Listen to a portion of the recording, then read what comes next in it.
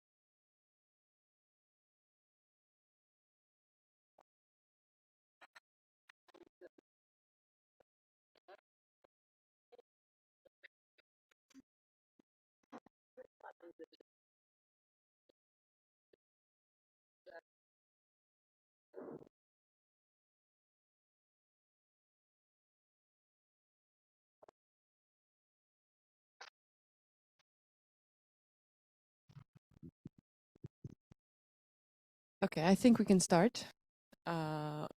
Good morning, everyone. I hope you had a good rest last night and are ready to conquer financing disaster risk reduction today.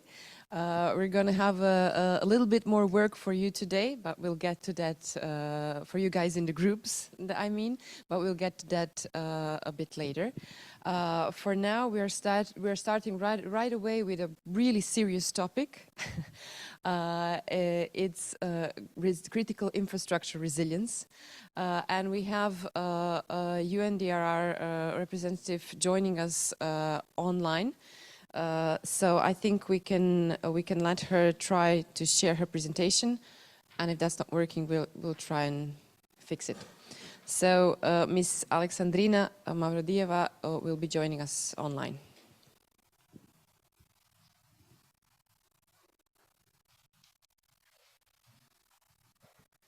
Thank you, Natasha. Should I start now? Yes, yes, go ahead. Yeah. Do you want me to share my screen, or are you going to? If you can share your screen, if you can't, we're going to try and fix it. Yes, just a second. Excellent. Are you able to see it now? We can see it, but it's not in presenter mode. So if you... Yes, just a second. It's okay now? Excellent, thank you. Thank you. So good morning, everyone. Thank you very much for having me. Thanks very much to Croatia as well for hosting the event and for conducting the stress test workshop, as you will hear a bit later, and for having this session today. So I will just going to talk very briefly, because it's just a half-an-hour session, about the principles for resilient infrastructure and the stress testing that we developed at UNDRR to try to support governments in integrating resilience in their infrastructure systems. So how did we start about this idea was that we started talking to multiple stakeholders about what are those gaps that are prevalent in integrating resilience of infrastructure. And we talked to many different stakeholders, to national governments, to private sectors, to academia and other stakeholders. And we identified that the first and actually very major gap was that there was no common understanding of what resilience of infrastructure actually is. And there are no benchmarks that governments can base their policymaking decisions and their investments on. So together with these stakeholders and through multiple courses of workshops and discussions, we developed these principles for resilient infrastructure, and now they are available on our website. You can see the link here. We can send it later as well, where you can see those principles, how we see resilience of infrastructure and how they can be implemented at the national level. So the principles were developed exactly to address this lack of understanding and consensus on what resilient infrastructure is, to support governments to base their investments and planning in a way that it accounts the systems approach, rather than look into physical asset resilience alone, but see infrastructure as a system of systems.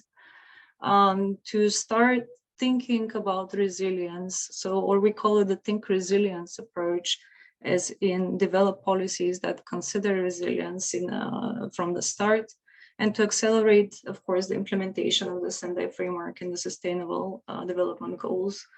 The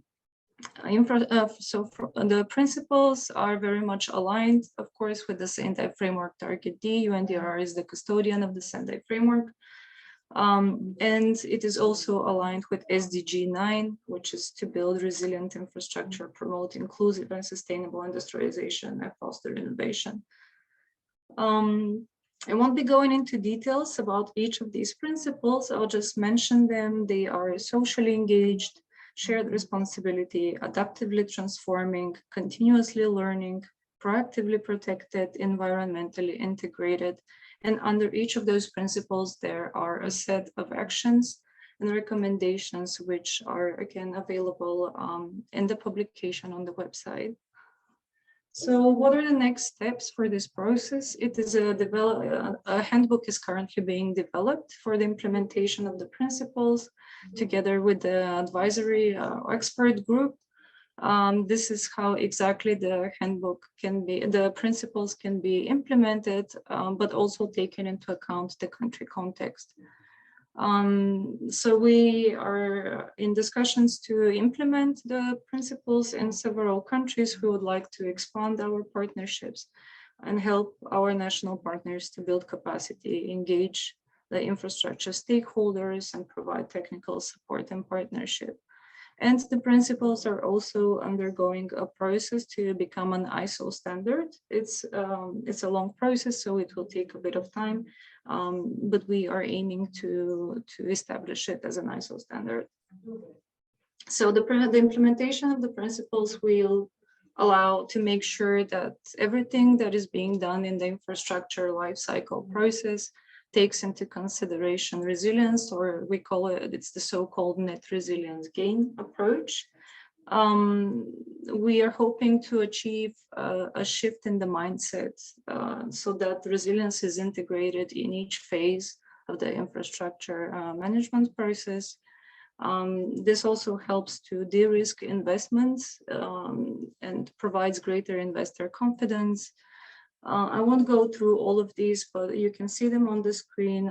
We are aiming to achieve greater continuity of services, reduced inconveniences, disruptions, of course, and it also helps prioritizing resources.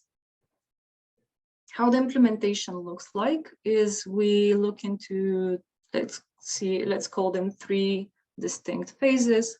The first one, of course, starts with assessment of the state of infrastructure. And this is exactly where the stress test, which I'm going to mention in a bit, in which the session's main focus is about. Here is where the stress testing is being conducted to help with that assessment of the state of infrastructure, to identify the threats and the bottlenecks that are currently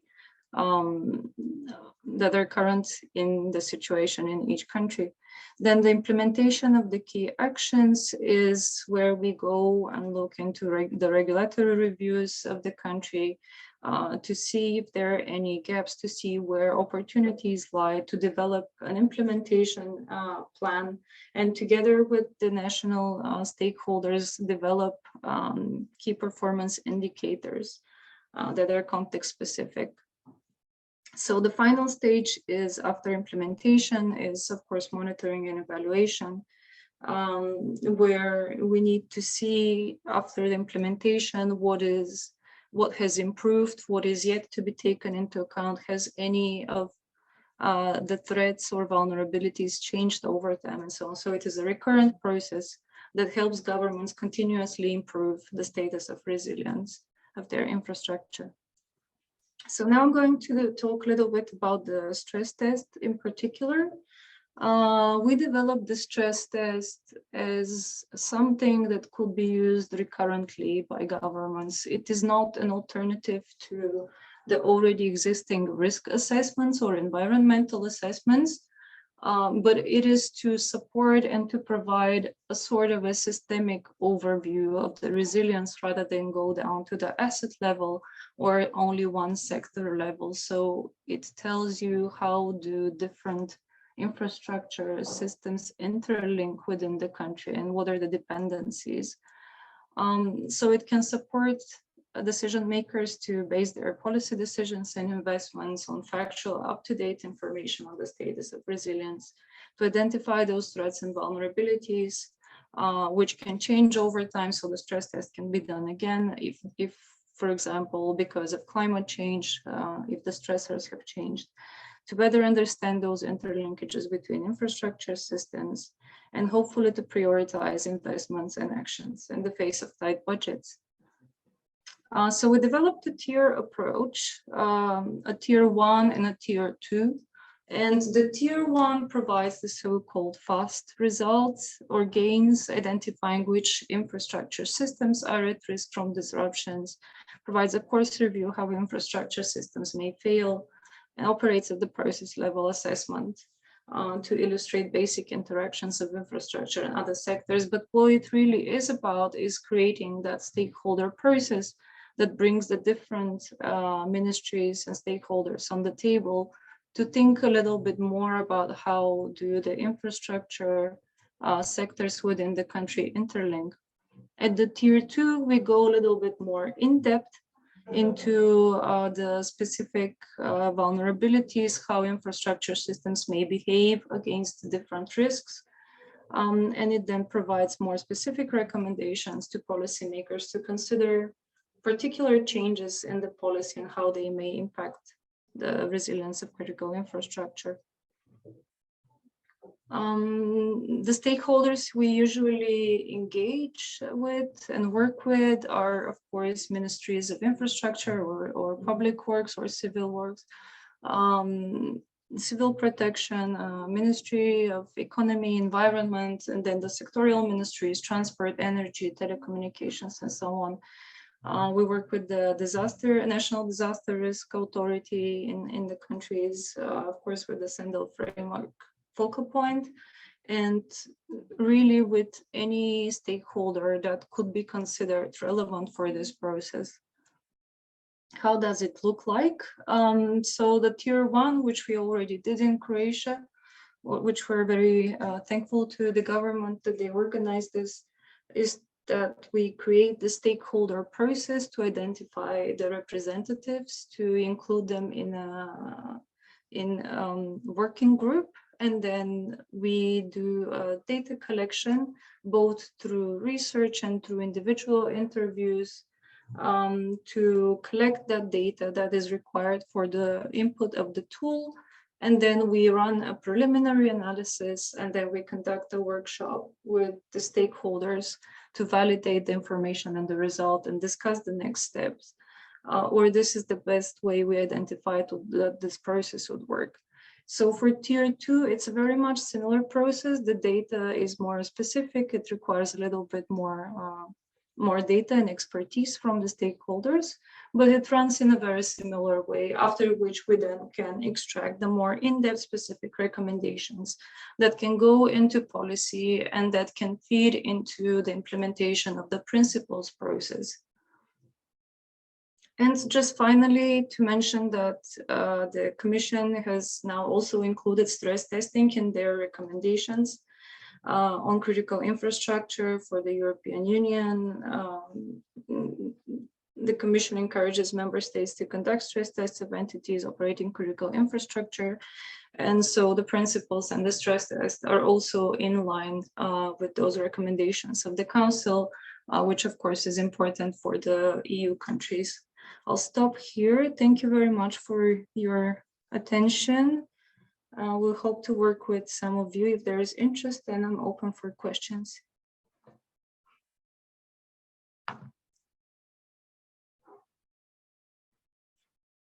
Over.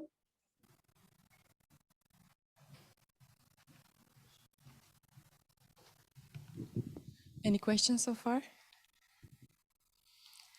Okay, so you can think of the questions while we present our experience with the stress testing. I hope, Alex, you can stay for a few more minutes while Dražen presents. Croatia sort of participated in this process, not sort of, but participated in this process, and wanted to try the stress testing. We only started with the tier 1, and Dražen, head of DRR sector at Civil Protection Directorate in Croatia, is going to present the background of this and the background of our critical infrastructure system in general, and then what we did with Alex and UNDRR regarding the stress testing for tier 1. So,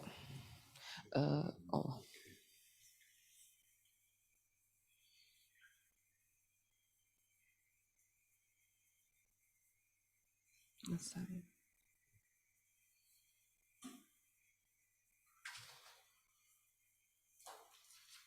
Okay.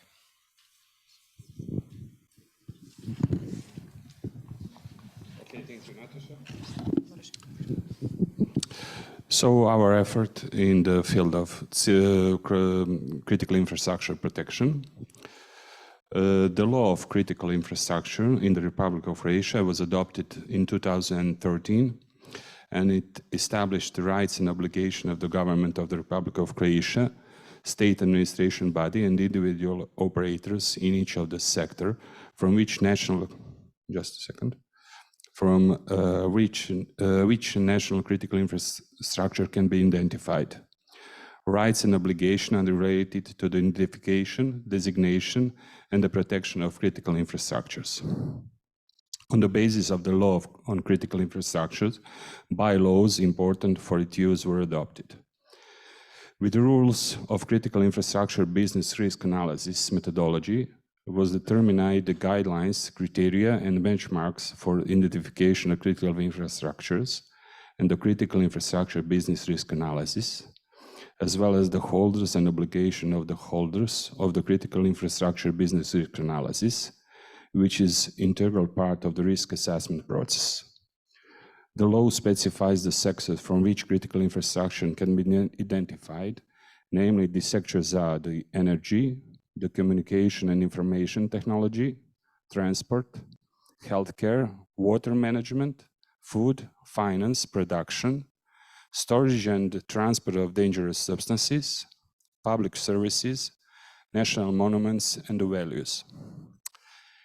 In addition to the already listed sector, the government of the Republic of Croatia has included the additional sector of science and education, the special decision on determining the sector from which the central state administration bodies determine the national critical infrastructure and the list of the order of critical infrastructure sector. With the law of critical infrastructure, we want to achieve an efficient system to ensure the adequate level of protections, business continuity, and to limit the effects of disruption to critical infrastructure operators. Through the process of applying the law, we identified the certain problems in the process of identifying critical infrastructure. We have some problems with the coordination of all stakeholders, also the lack of awareness of the necessity of defining critical infrastructures and the time frames required by that process. With the establishment of the Civil Protection Directorate within the Ministry of the Interior in 2019, we established sector for disaster risk reduction and also established the department from the protection of critical infrastructure. The main task of this department is to assist state administration body and operators in the complex process of defining critical infrastructure, procedures for their protection, and ensuring business continuity. Due to increasingly complex global risk, the strengthening of hybrid threats and cyber attack, the adoption of the new directive on the protection of critical subjects at EU level is in the process. We expected that this process will be ended in the first half of 2023. So the next year, this directive will be in charge. By adopting this directive, EU member states have the following obligation. First, adoption of national strategies on the resilience of critical subjects. Second, the national risk assessment using common criteria adopted at EU level. Also, we need to establish a mechanism or the platforms for the cooperation of relevant stakeholders, and operators should take technical and organizational measures to strengthen resilience and inform the competent authority about the incident. In addition with that, we hold a regular meeting with security coordinators from the state administration bodies and critical infrastructure operators. In coordination with coordinators from state administration bodies, we prepared a draft of the national list of critical infrastructure, and critical infrastructure has been identified in the 11 critical infrastructure sector, and the government decision on the confirmation is required, which we expect after the implementation of new directive into our law. I would like to note that in 2019, we were engaged in the creation of the feasibility study at the EU level, proposed measures and increasing the level of protection and resilience for EU operators, from which the CRR directive emerged. Finally, some words about the stress test. This workshop, which was held in Zagreb on the topic of stress resistance for critical infrastructure, we invited security coordinators from the sector who identify national critical infrastructure to the workshop. The results was very useful, and we got the pictures of the risk that can affect business continuity and critical infrastructure in all sectors. This workshop contributed to the cross-sectoral cooperation and the exchange of useful knowledge and information in the protection of critical infrastructure. The stress-resistant testing process will greatly facilitate the preparation of the National Resilience Strategy, which is prescribed by the new EU directive. So this is the few words about our efforts in the critical infrastructure protection.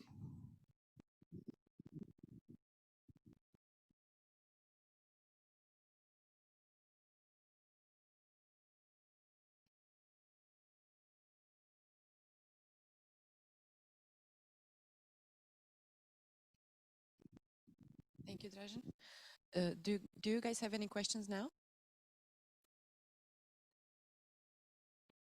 Okay, well, if you come up with any questions later on, you can talk to Dražen, or we can write to Alex.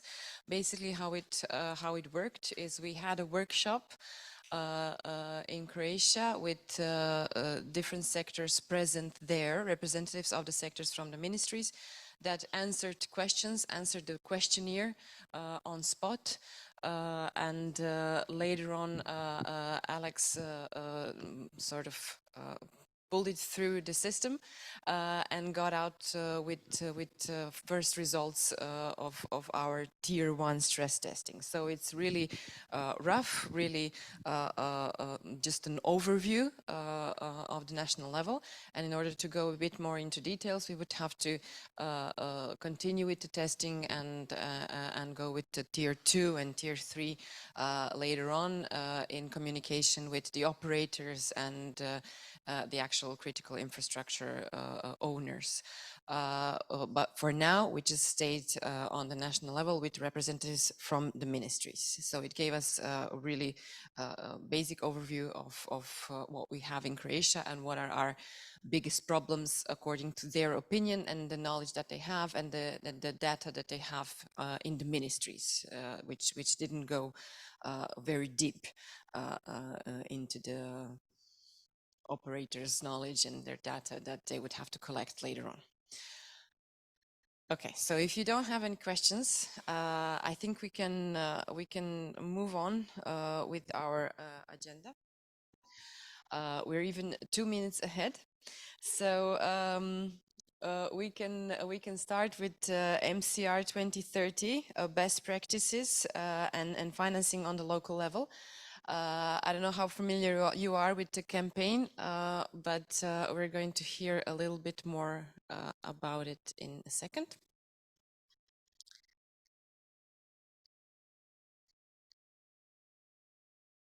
Okay, there you go. Good morning, everyone. I can feel the energy is a bit low. Good morning. Good morning. Okay, thank you. My name is Elena Monteiro. I am the coordinator for MCR 2030, Making Cities Resilient 2030 in Europe and Central Asia. It's really a pleasure to be here with you all. And I have the pleasure to have my colleague, Maja Malus, who is working in Serbia and Croatia.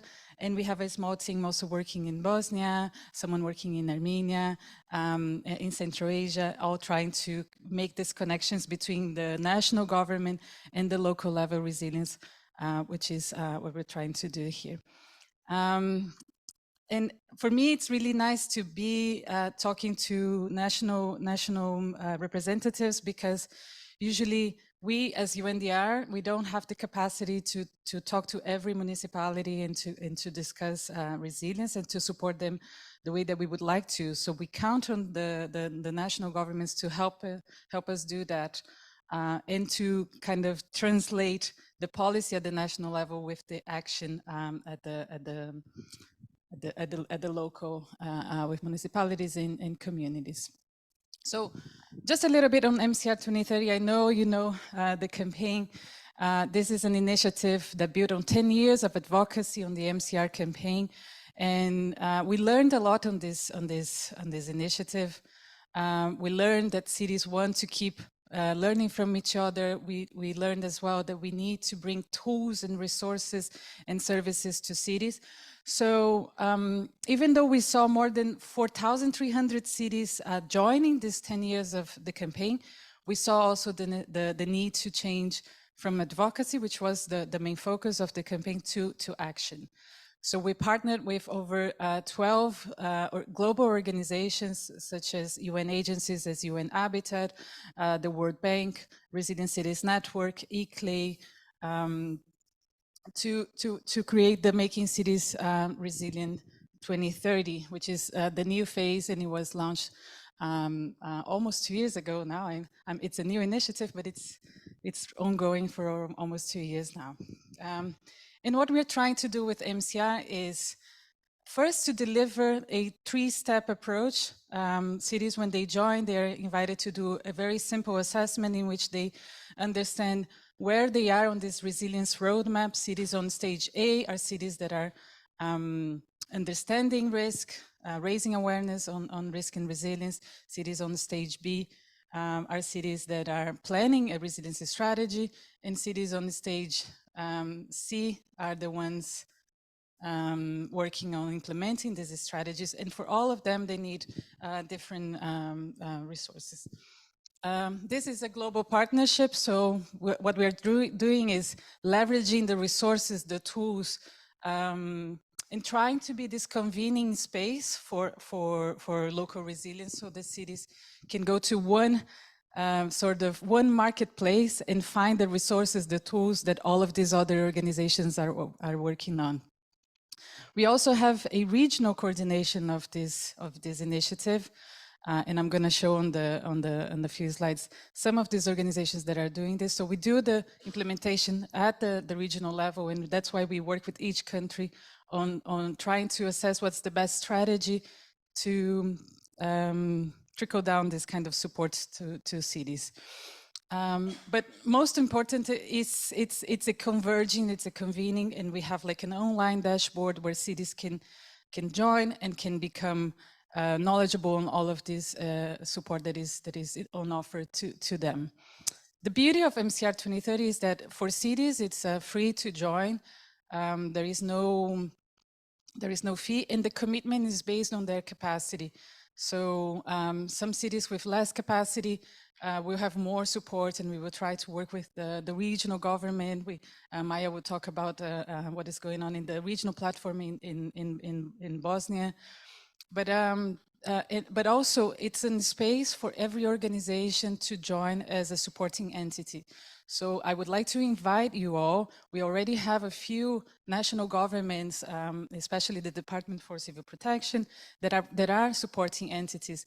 And when the national government enters, they have a different access during the on the dashboard to see how their cities and their country are doing and what kind of demands that they are giving us, so that they have a better understanding of what's going on at the local level as well. Just giving you a little bit more detail on this roadmap and what kind of activities we work with cities in each of these phases. So when a city that is only starting to understand risk, we support them on conducting awareness exercises, also orientation, training, creating a team. Once the city starts building on a strategy or a plan, we work with them on understanding the risks. So we have a few tools that Maya is gonna also present to you. We also work with the training the staff in the city to really create a holistic and a very inclusive participatory process, creating a steering committee that is with people outside the city government, with the academia, with the private sector and so on.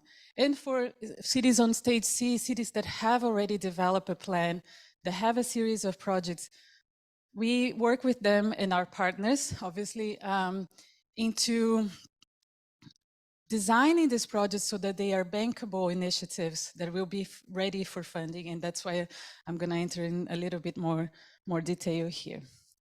This is our regional coordinating committee. This is not the global core partners, but I wanted to bring it to the regional level so that, you know, we have, for instance, DPPI as one of our members of the regional coordinating committee. We have the University of Huddersfield.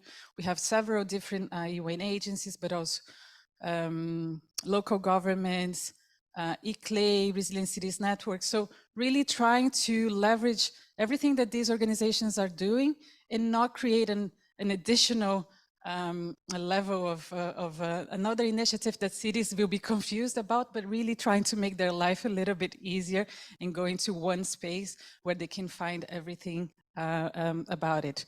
I'm going to invite Maya now to talk a little bit more about one of our peer learning components, the resilience hubs. Thank you.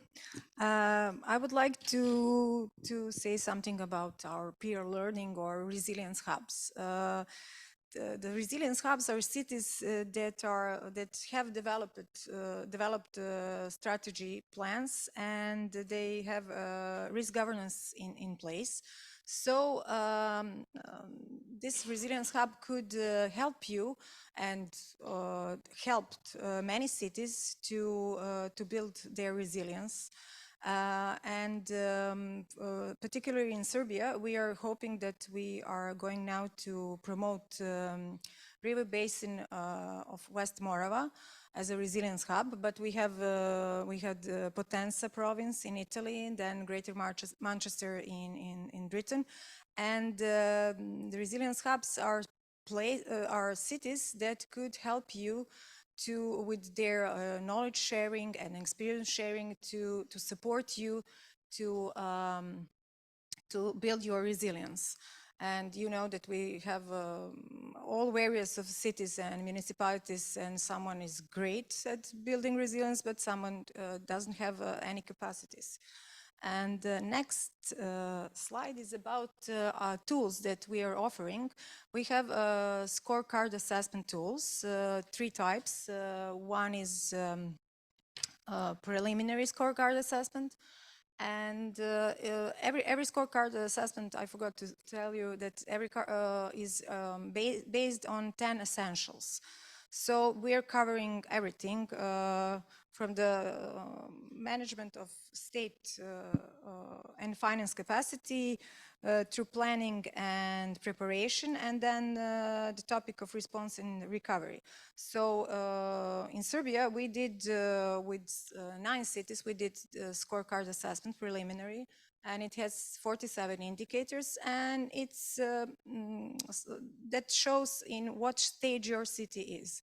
So we are planning to do the detailed scorecards assessment later, and that involves all, not only local government, but everybody considering this disaster risk reduction policy. And also we had additional scorecard assessment health addendum with 23 questions. And this was very interesting, particularly because, you know, we had the COVID. In Serbia, we have 29 cities, and they're very satisfied, but I will talk about that later. Thank you, Maya. These are only a few examples of the tools that are available to cities within this platform. These are the tools that we as UNDRR can deploy, but our role is also being very knowledgeable on what the cities need and trying to make them with either hubs that can support with mentorship and advice, or other partners that have different tools and resources.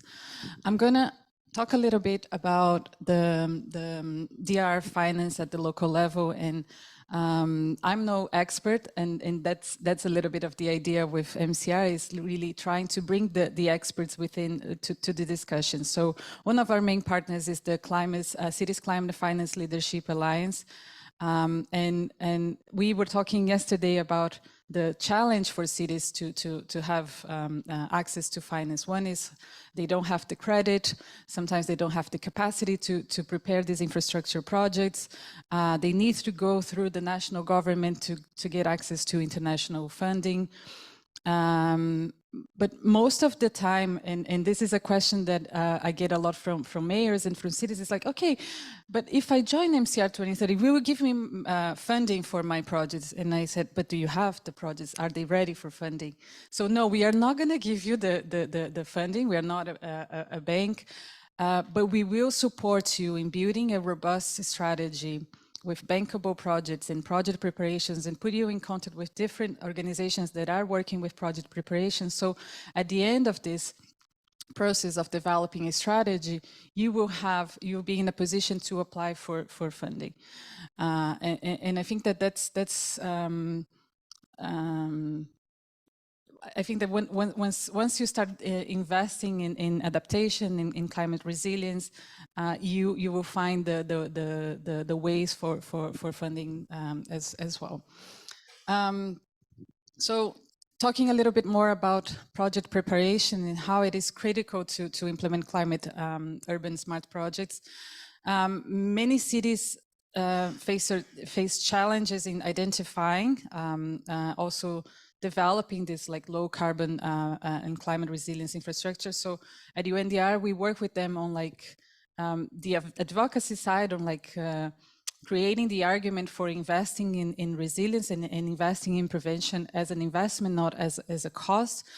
So really highlighting the co-benefits of investing in resilience, but also in this project preparation facilities is like getting from an idea, I need to build a bridge from A to B, really getting into all of the elements and the co-benefits that will turn this bridge into a resilient project that is eligible for funding then.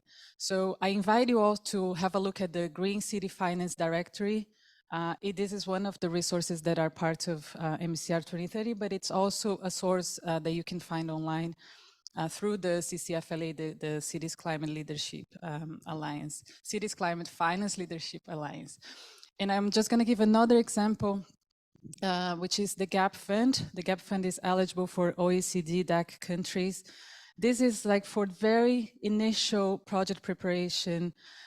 So you have an idea, you have just discussed a few projects, you can apply to get funding from a technical assistance from the GIZ, the EIB, the World Bank, to work this project into becoming a better, more designed, bankable project to be ready for funding. There are many options out there, but what we are trying to do is like, one, really raising the awareness of with national governments that they need to trickle down this kind of funding to the local level, which are the ones in the front line when a disaster happens. So there needs to be, we spoke about this yesterday, there needs to be faster ways of transferring funds to local governments. Cities also must be aware of these possibilities and how they improve their credit, how they make it easier for them to know of these opportunities, to apply for funding, to be ready, to get the projects ready to be applied. And also, I think that this is something that, this is my wishful thinking, need cities to have more access to private finance. I'm happy to see some private sector here. Yesterday we heard from them, because they need to know what cities need as well. So by building MCR 2030 in a way that private sector and any service provider working with resilience can join, the idea is that, one, to provide the services to city, but on the other side is also to provide the service providers with what is the demand coming from cities and what kind of struggles they have to build their resilience strategies and to implement these projects. Thank you. I'm gonna, let's go into the practical side with our region here. Thank you. So we're working 2 years, almost 2 years in Serbia. And we, as you can see, have 29 local self-governments. We have cities and municipalities, and we did, and our main partner is Ministry of Interior, Department for Emergency Management. And also we have supporting entities, and that's really very important to have as much as you can, of course, to support. And one of the main supporters are Standing Conference of Towns and Municipalities, and they are member of NALAS, so we have a support of NALAS also, and Public Investment Management Office. They were implementing DRR program. And this is the continuation, as Helena said before, this is a continuation. 10 years ago, we had My City is Getting Ready, and Serbia had 50 cities then. And our goal is to increase number, and I hope we will go over these 50 cities. And the good thing that we had 9 scorecard assessment with 9 cities. And we now, these cities and we can detect what are the gaps and what are the good things regarding resilience. And one of the very interesting thing in Serbia, they are joining, municipalities are joining over geographical place, or particularly here in West Morava River Basin, we have 18 municipalities, and they are cooperating, and they have a joint civil protection service. And we have several cities, but we have also municipalities that don't have their own capacities. So this kind of cooperation is very well implemented. And so now we are hoping that West Morava River Basin is trying to promote itself, and I hope it will be soon, as a resilience hub for others in Serbia and also in the region. And I hope we will be the example of good practice. And my colleague, Dragan Ličanin, is implementing MCR 2030 in Bosnia and Herzegovina. So you can see they have now 9 municipalities and towns, 4 municipalities and towns, and at the Central Bosnian Canton did scorecard assessment. They are cooperating with Potenza province, and I think that is going very well. And also Central Bosnian Canton platform from DRR, 17 members from all important ministry and institutions are backupping this initiative. And they are strengthening of platform of capacity platform, to develop a cantonal strategy for DRR. So we are hoping we are we will continue our implementation, and we're hoping for the best. Thank you. Thank you, Maya. And I just want to leave an invitation for all of you. We are here for the next 2 days as well. The idea is we would like to discuss with each of you how we can collaborate in your country. We've been doing some information sessions in which the national government convenes the cities, or we work with the National Association of Municipalities to do a webinar to present MCR and see how they can make use of these tools and resources. I invite you also to have a look at the website, see how as a national government you can also join as a supporting entity, and how you can collaborate with us to foster more local level resilience in your country. Thank you so much. Any questions?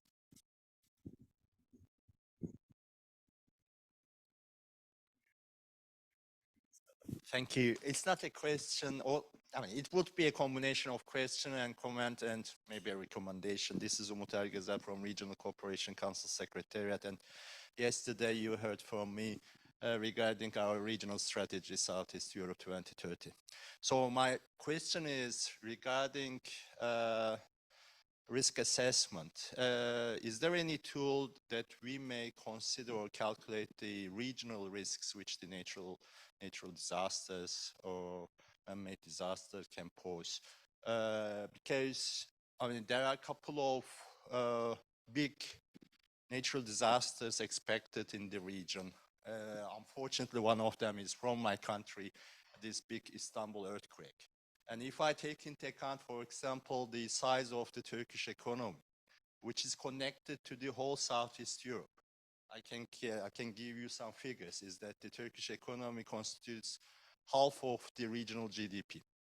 And the earthquake will probably distract the main production hub of Turkish economy. That will create negative spillover effects of all economies in Southeast Europe.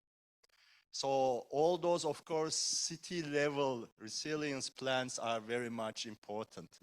But my question, which is also directly interrelated with our work in Regional Cooperation Council, to calculate the disaster risks for the regional economy, this is one part.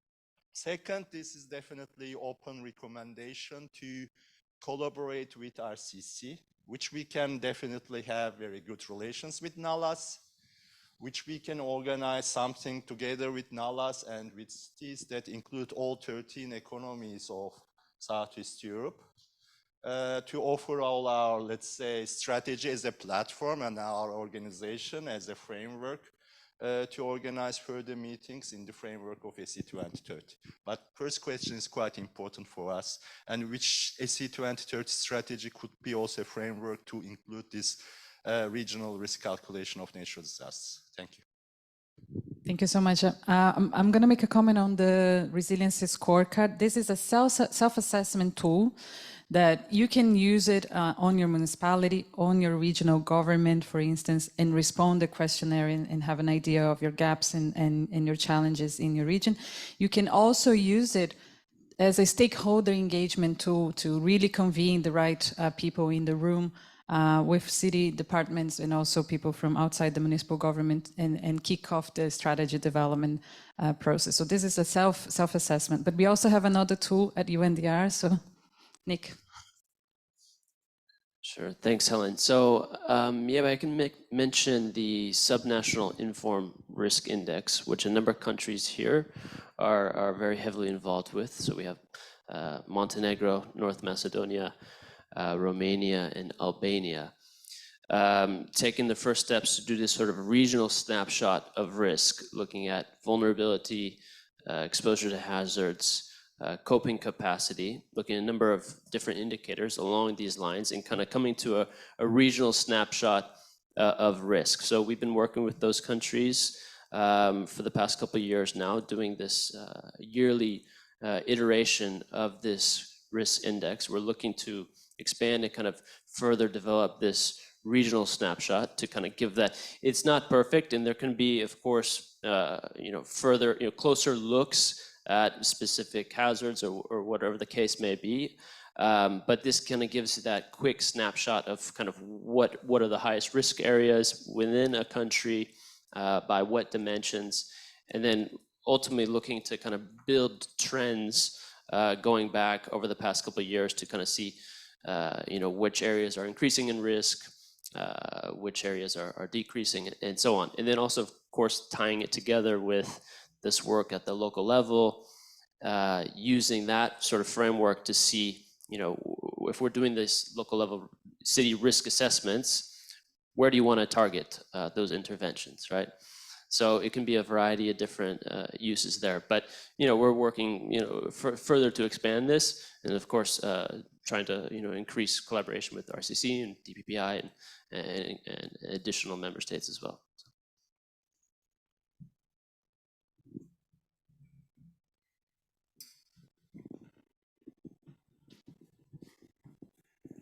Yeah, thank you. Just to comment on the risk assessment. Yeah. Well, if the earthquake strikes in Turkey, and yes, Turkey is connected to the region, economy to the region, but I don't think that is the problem of the regional cities rather than the regional companies. So if their companies are connected to the companies in Turkey, they should do their own resilient testing or risk assessment, whether they will lose the material or connections or whatever. So it's maybe on the business side rather than the local government's risk assessment. Yeah, but yeah, it's a quite interesting topics to discuss.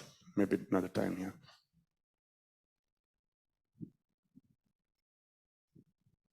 Any other comments? I actually really liked what you said when you said that you would like to. Sorry.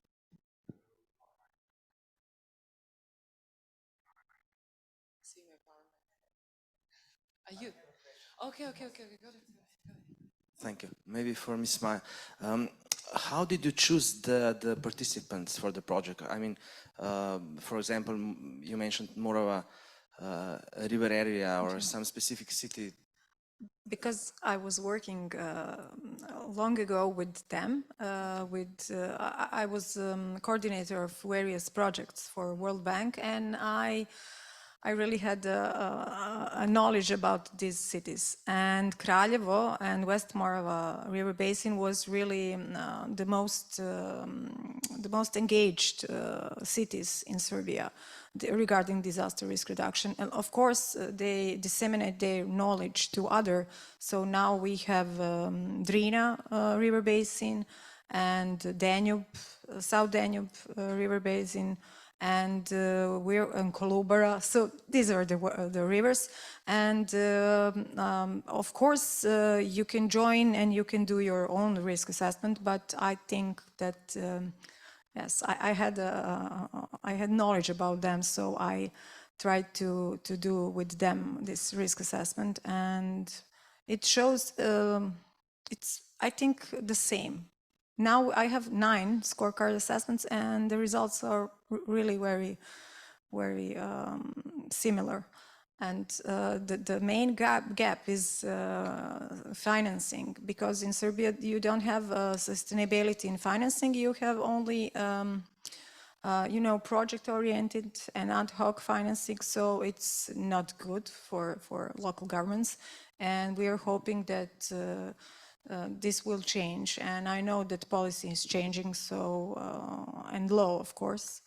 And we had a new law, disaster risk reduction and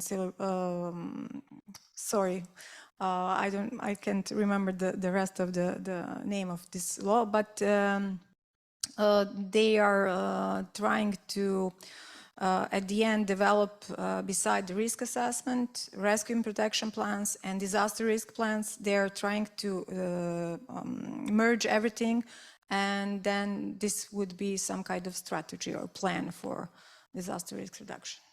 So I hope I answer your question. Yes, the first step is to invite them. I have a promotion with the Standing Conference of City and Towns, and it was really nice. And people wanted to join this platform because, as Elena said, it's really free of charge. You don't have any obligations. This could really help you, and you can do your own assessment by yourself with your own resources. And then. This is you could think what should you do next, and we are here to help. Just to complement, a lot of cities don't have, they don't know that this exists. So that's why we need to work with you who are in contact, daily contact with cities to raise awareness and to promote that there is a lot of resources out there that are free of charge that they can use. And there is like technical support as well from UNDRR and from UNDRR partners available to cities.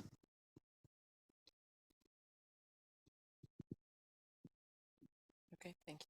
That was sort of one of part of my question, is how to get them to work with you, because in Croatia, even on the national level, but also on the local level as well, they first what they say is we don't have any money. So they think that whatever you come to them with, it's going to bring them money. And like you said, we don't give out money, but it's going to help you prepare for projects.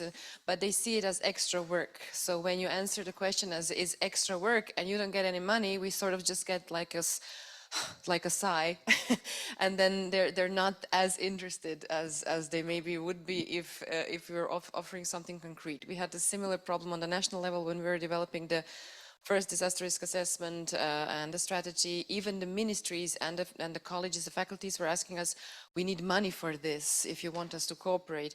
In time, they found that if they work with us, they're going to get ideas, they're going to get sort of ready to use project ideas that they later on used, and they got money from different sources while working because of the work that they do with us.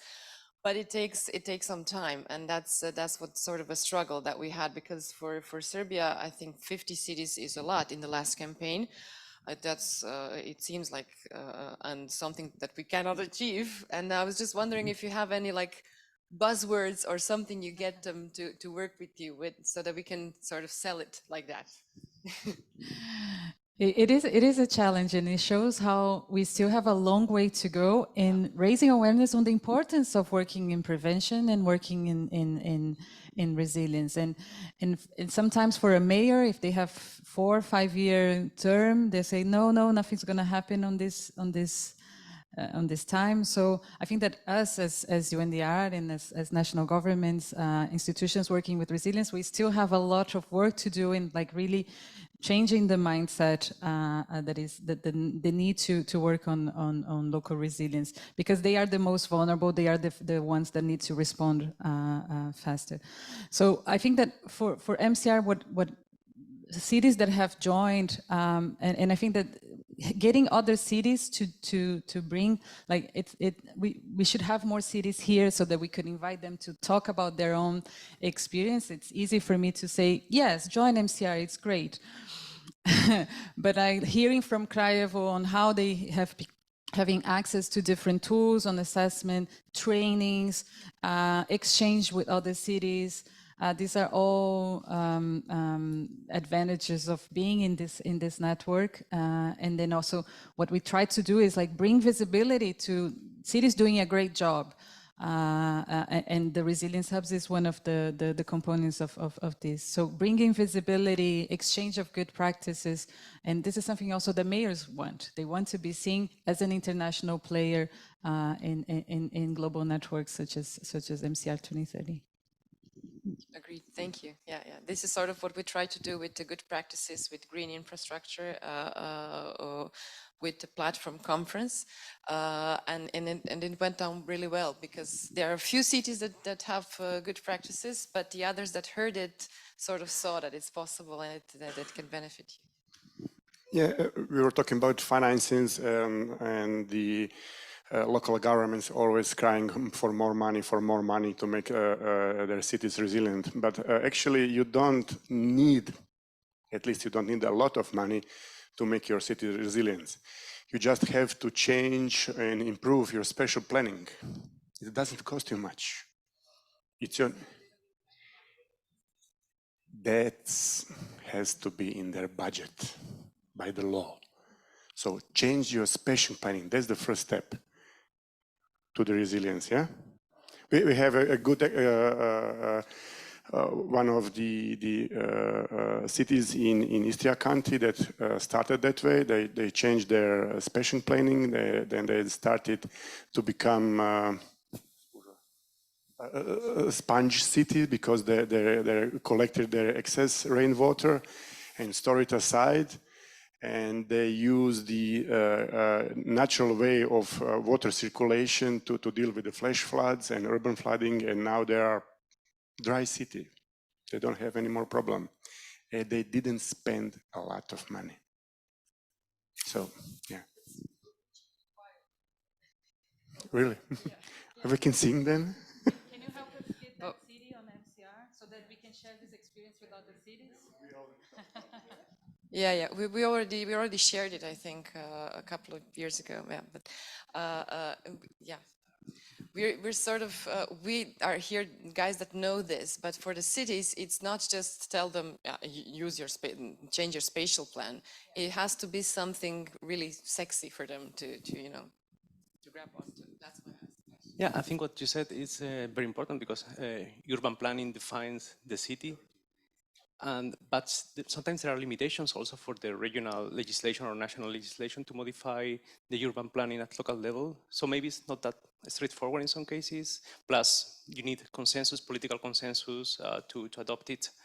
So I see those potential challenges there. Plus, then you need also private parties that wants to build to be able to afford this investment. But yeah, I think it's also a matter of political willingness at the end of the day. Yeah. Yeah. How to get the political will? Yeah, that's the strain. And if you have the political will, you already are changing the spatial plans. So people know that, it's common knowledge, and they don't. It's not like they don't know what creates bigger risk. But sometimes they don't. But when they, for example, when they didn't know about the big landslide in Croatia, it was all a building area and it all collapsed downwards because they didn't have a risk assessment. But even for the risk assessment, they say, we don't have the money for the risk assessment and we can't do it ourselves. But they need to be more aware, yeah. But how do we get them to think about this and not only think about we don't have money and how do we get more votes and we need I don't know, a football playing ground rather than an embankment, and that's why I asked. Yeah. Any more comments or questions? Yep.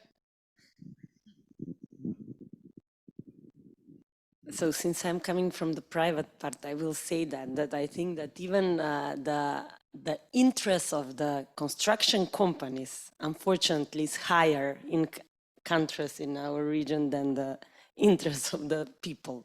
So that makes a big problem.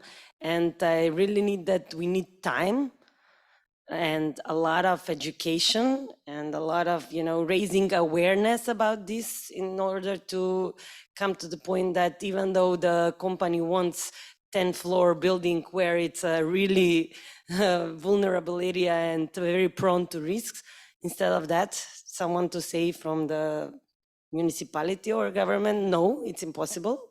The plan is not saying that. And the plans are easily changeable, unfortunately, but not for this, for this benefit. I mean, I think we should be honest and direct sometimes with this.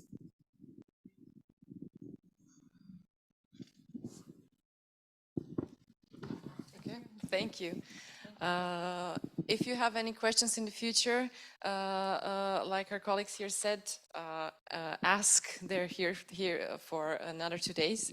So you can discuss and maybe get ideas on how to get more cities interested in the campaign. Well, thank you very much. This was very interesting, and it's a good sort of push to the next task that we have. We're going to talk about the group work that you have for today and for tomorrow, but I'm not going to go into a lot of details in explaining it. I would rather have you start discussing and working right away. Daniela has a few papers for you guys with her that she's going to give out to the tables. And you also have laptops on each of the tables that already have this material in Word on there, and that have like a presentation, a PPT template on there as well. So what your task is gonna be for today and well, tomorrow morning until you present what you came up to us is first to discuss what you have common, what hazards and what situations, what systems you have common in common at your table. So at each of your tables, in each of your groups, there's a couple of countries. It's not just one country. There's a few of you. And I mean,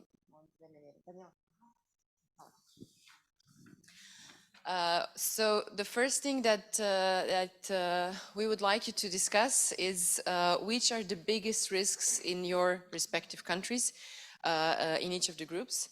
And then you would have to find out the 3 hazards that you guys have in common in your groups. So for the countries that you represent.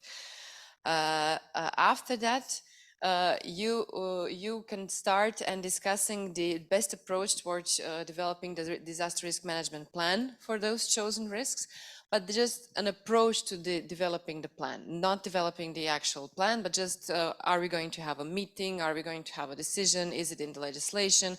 Who are we going to invite to this meeting? Which ministries? Who are we going to cooperate with? Stuff like that, like a system. How are you going to develop your disaster risk management plan for the risks that you have chosen that you have in common?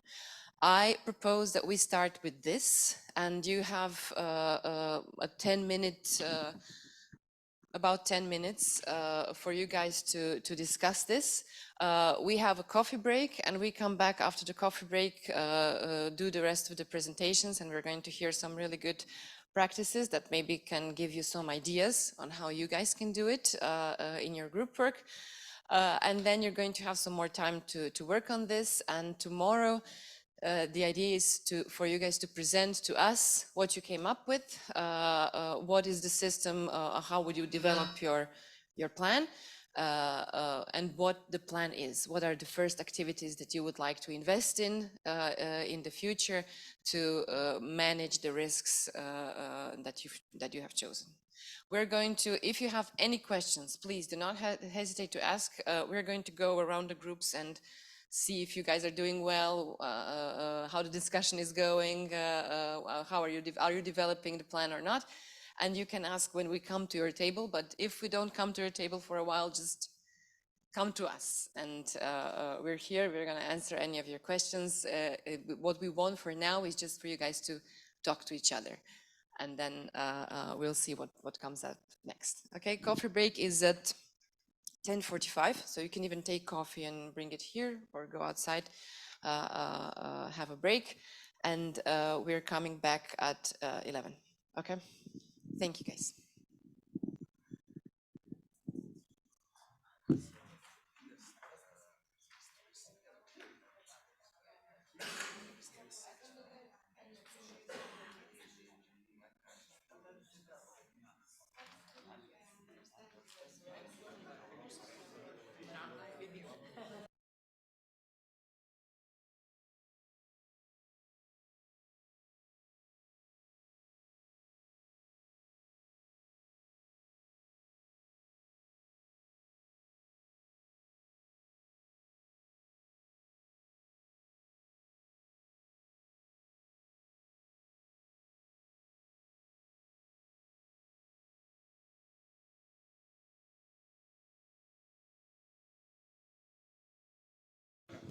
Just a small announcement.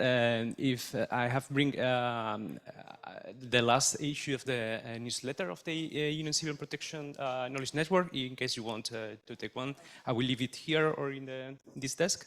So feel free to take it. Thank you.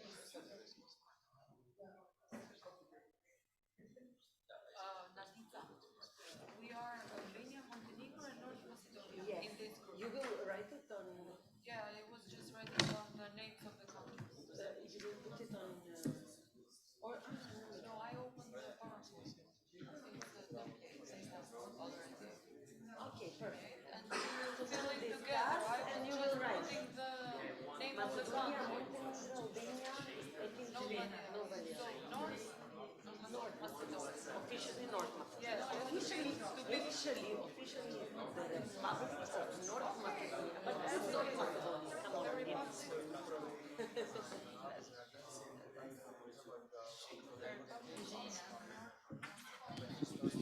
Okay, okay. Sorry, that was a bit loud.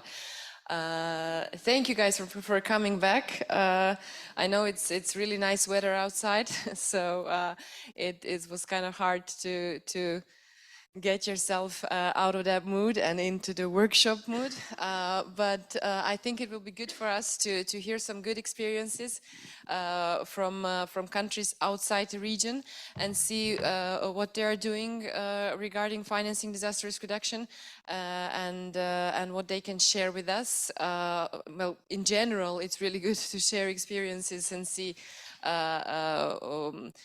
from other examples what they learned, what mistakes they made, so maybe we can avoid that and do it even better using their experience. So with us is a representative of the Italian Civil Protection that is going to give you a little bit of their experience and explain good practices that they have in Italy. So thank you, and the floor is yours.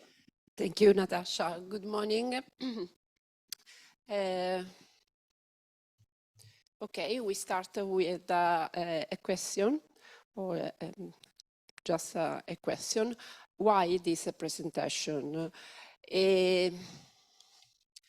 As you know, the last few years showed how disaster became worse and worse in frequency and in intensity.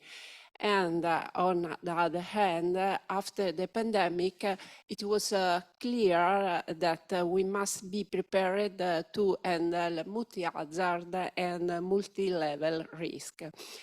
And in this situation, it is crucial for us to invest in prevention and preparedness, and not only on the response,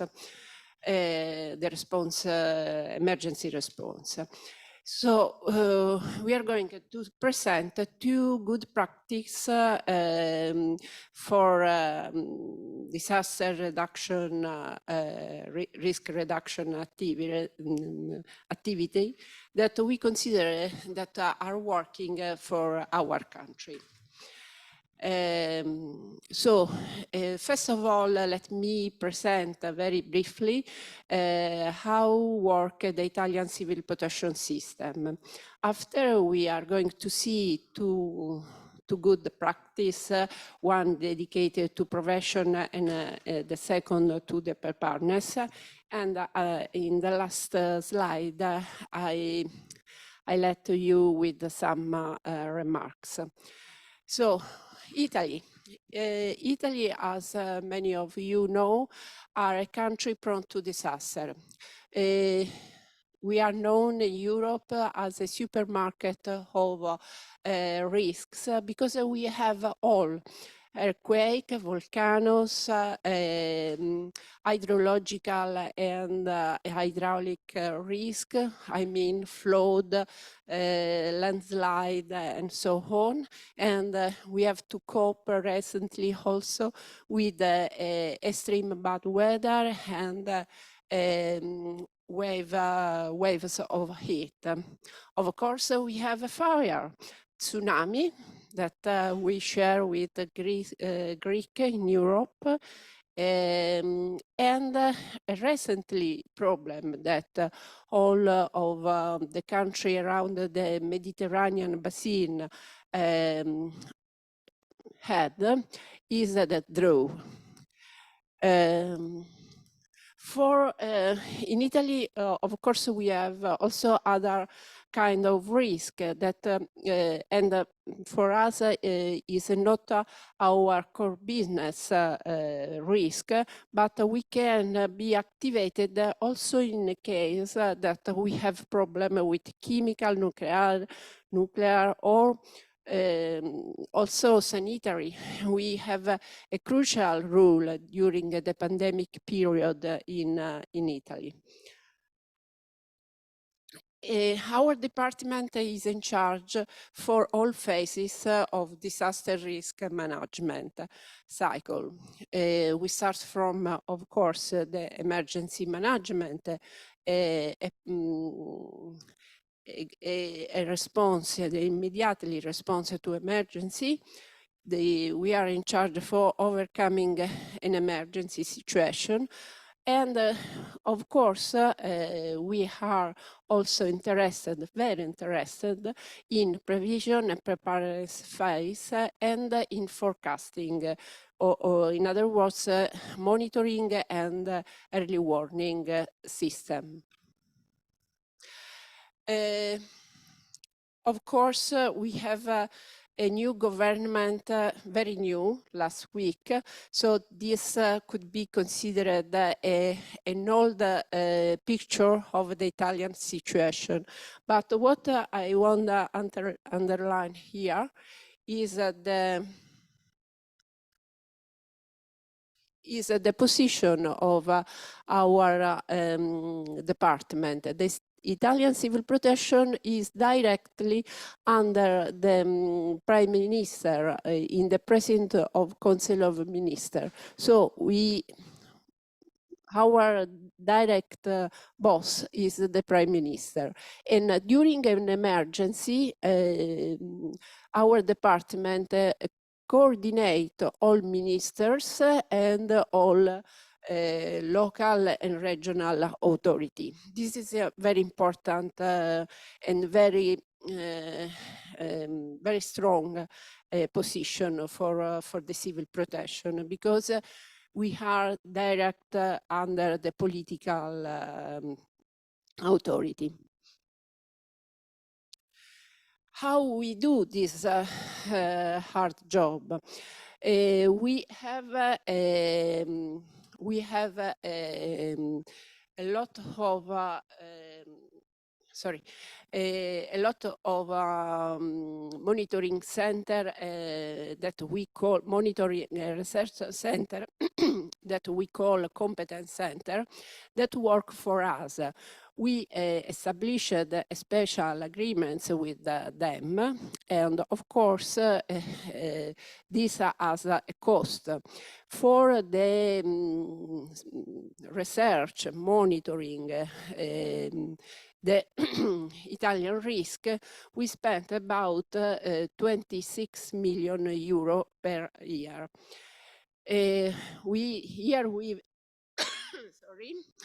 Here you can see the map of radar network that is very useful for the meteorological prevision, and its maintenance costs about 5 million of euro.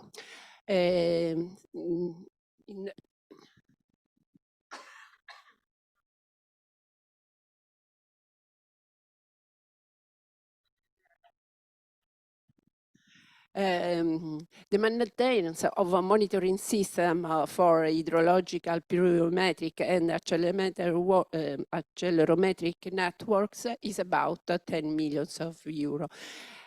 This is not the only cost of our system, but I want to give you some figures, some number. The station are more than 5,000, and we obtain a map in real time. This is the radar network that I mentioned before. And this is just a you see, a general figures, general picture of the lot of competence centers that are coordinated by the Italian Civil Protection Department.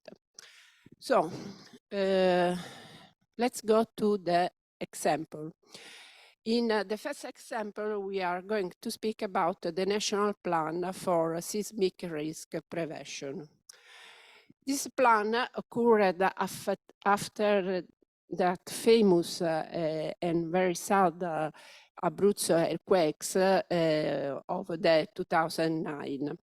After these events, a national fund for seismic prevention has established to promote non-structural and structural prevention action for seismic risk reduction. The total allocation is approximately of 965 million euro for the first 7 years. You can see here in the picture the distribution of the fund. For the other years, we have 50 million per year. This is a multi-annual programming of funding action. It is coordinated by the Civil Protection Department by the means of special decrees, and the implementation of the action is made by the regional authority. What are the add values of this plan? Of course, the logical of that plan is to integrate non-structural prevention action and structural prevention action. We have for the first thing seismic microzonation and planning, emergency and territorial planning. For structural prevention action, we work to reduce the vulnerability of building, private and public building. The second add value is to increase the awareness of private citizen and of the administrator, because this planning help to improve the culture of prevention. Third is this awareness contributing to co-financial, to obtain co-financing from local governments and also by private citizens. For the aim to reducing risk to human life. How this plan work?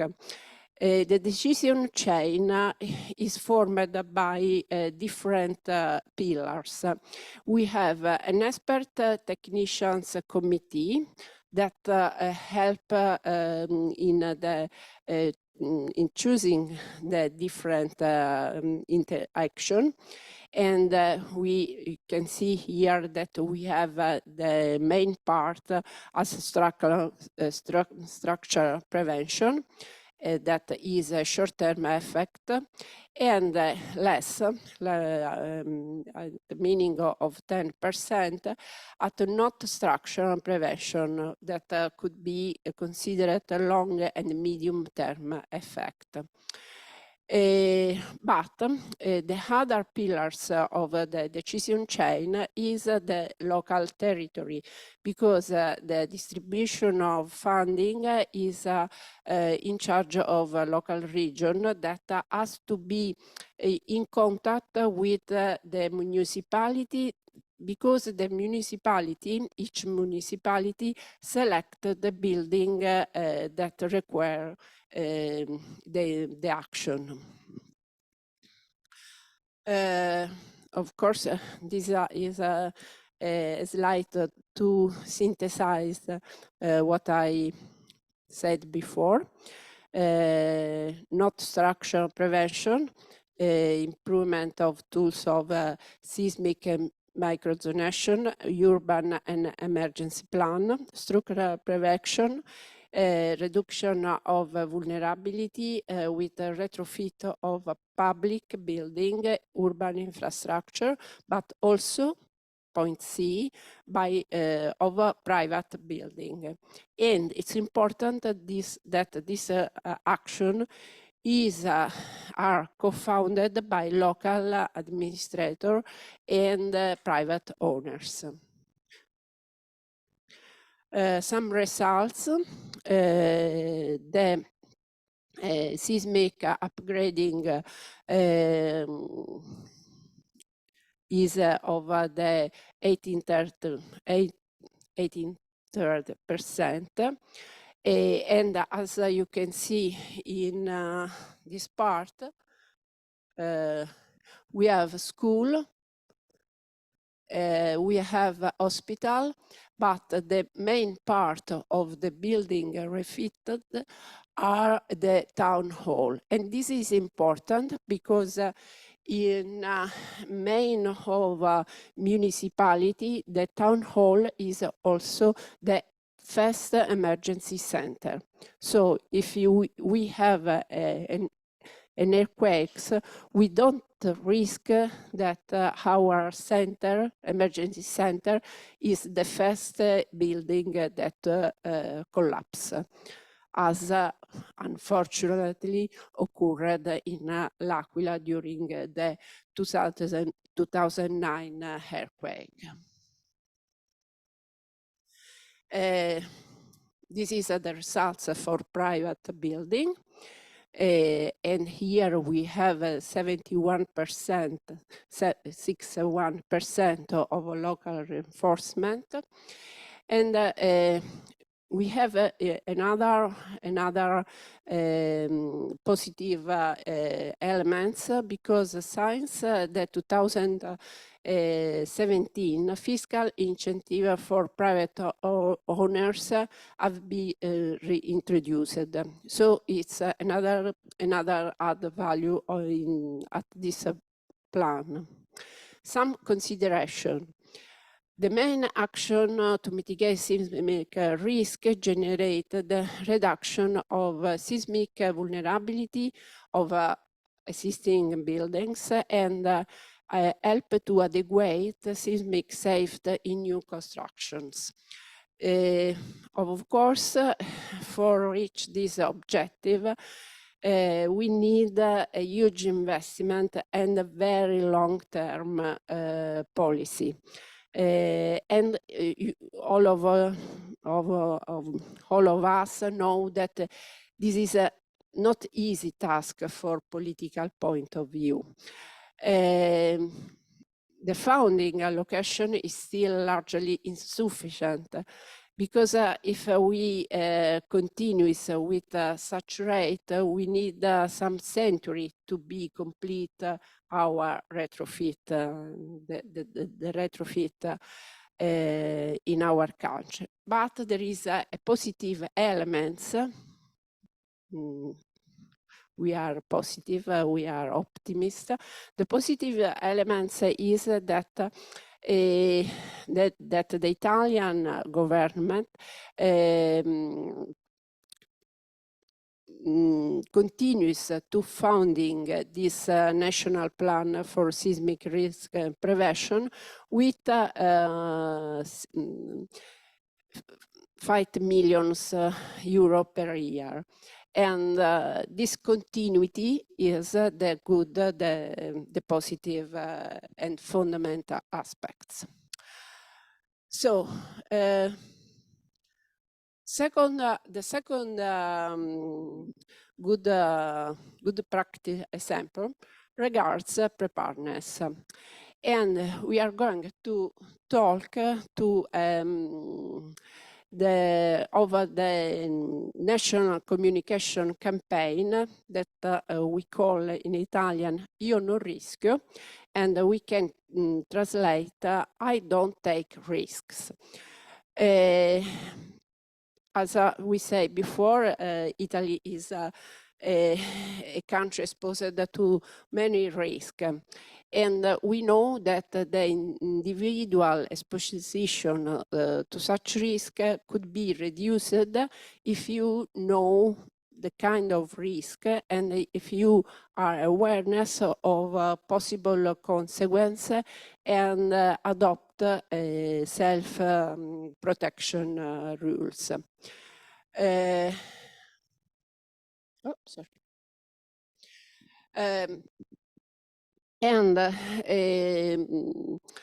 We think that the most effective way to defend ourselves is help people to know the risk. And it is not an easy task, because you know that it's not easy communicate a risk to citizens. What we choose, we use the voluntaries because generally a volunteer lives and work in their own territory. And they are also known by the institution, the citizen. So we use this link between a voluntary and the territory. And the voluntary explain risk to the citizen and explain good practice and self-protection measurement. Usually we organized a weekend once a year, usually in October, because there is the 13th of October, the day of risk reduction. And the voluntary met citizen distributed material, information material, and explain what are the risks of their territory and explain how to protect herself. We developed the campaign for earthquake risk, tsunami, flood, and recently also for volcanoes. The campaign born in 2011 by AMPAS, that is one of the largest voluntary civil protection organization. Of course, the campaign has been taken up by the Civil Protection Department with the help, the support of 3 competence centers, INGV, Ray Lewis, and CIMA Foundation. Now the initiative is present in all Italian regions. Some figures. In 2011, the experimentation started in 9 Italian squares. In the 2019, we reached over 850 squares. Unfortunately, the campaign of 2020 and 2021 continued only by online activities due to the pandemic period. But in this year, we start again. And the campaign, I Don't Take Risk, is present in over 600 Italian square. Curiosity, in this picture, you can see our Republic President, Sergio Mattarella, that received the special yellow scarf that is one of the the symbol of the campaign from our head of department, Mr. Fabrizio Curcio.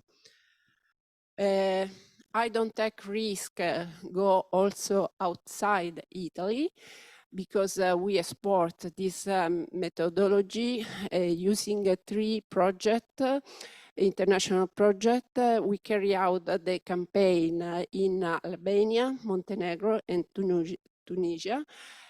Of course, adapting the contents to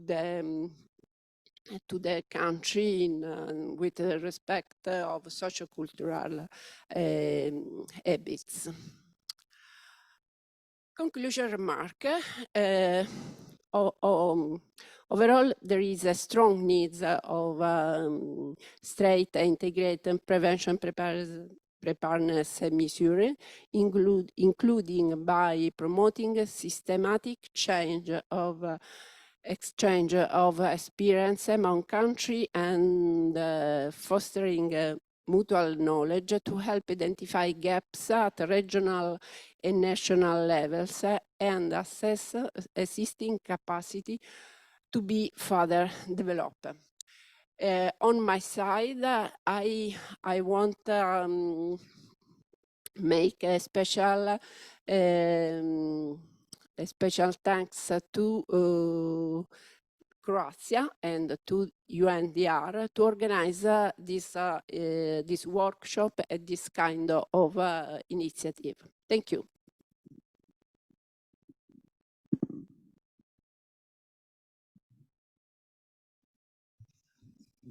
Thank you, Chiara, and thank you for coming and for sharing these great experiences with us.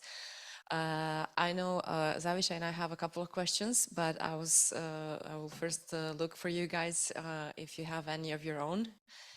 If not, we can in the meantime ask ours, so you think about your questions for a minute more. No? Okay, Zawisza.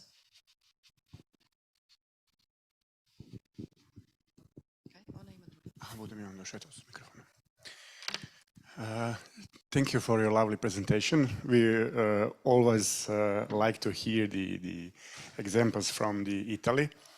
I have a question about the financing early warning system. Does that money come only from the Civil Protection Directorate or from other sources? And the second one is about that 15 million annually per seismic risk plan. Is it also coming from the Civil Protection Directorate or from other ministries?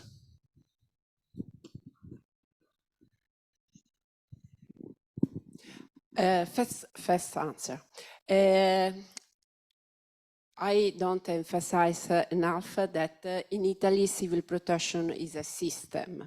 So we coordinate all other stakeholders interested in civil protection activity. Early warning system is, of course, a complex activity that the civil protection made with the help of competence center. Competence center are a lot. I have just here a short presentation of few of them, because we manage a whole kind of risk. I can present the part of seismic and volcanic. We have a special system to foresee in landslide in a volcanic area or in a sedimentary area. And we have a special center of competence that is in charge for this kind of monitoring. So it's very complex. Of course, for early warning, we have also the support of meteo information that in Italy is run by the aeronautical force. So It's a complex system. We are in charge for the coordination. Second question? About that 15 million annually per seismic plan. No, this is a special law. It's a funding that we receive for the government. And in my opinion, the real good news is that the government has the idea to allocate funding. It's few, but it's something. And we have to work to demonstrate as this low funding is useful to avoid the reconstruction funding. Okay, thank you. It was actually nice to hear, because the multi-sectoral corporation is actually, yeah, it can function. And another thing that you actually can follow and tagging your budgets and follow the money. So it's, yeah, if you're coordinated, of course. Great, thank you. So my questions were quite similar, because like we said 1,000 times already, usually even the scientific institutions, they tell us we don't have the money to do, for example, the risk assessment or to participate in any kind of work that the civil protection needs them to cooperate with us. They think that we are the ones who should hold the budget for this and then pay them specific allocations, give them access to specific allocations for certain tasks. So that's why I wanted to ask a question. When you do these tasks with the scientific community, for example, or for early warning, does the part of the budget that is for risk prevention come from you guys, or do you tell them that they have to reserve like 5 million for next year for early warnings for, I don't know, or seismic activities or tracking seismic activities or something like that? Or is it their budget and you just give them the task what you wanted to do? As I mentioned before, we made special agreements with the scientific community. The budget is allocated every 3 years. We have agreement that are that last 3 years, and we decide every year the budget. But for 3 years is fixed. What is important that this is a point that, in my opinion, is very important. A scientific community sometimes, in the past in Italy, decide what civil protection need. No. This is not a good point, because the civil protection has to discuss, not to decide, but to suggest what is our needs. It's important because as the community, as the scientific community, doesn't have the idea of what is the operativity. What we need quickly in a simple way, with a simple map. I have to see the map on my mobile phone. So sometimes in emergency we don't have the chance to print a map. We work a lot of this point. I think that 18% of my career is to have a good relationship with the scientific community.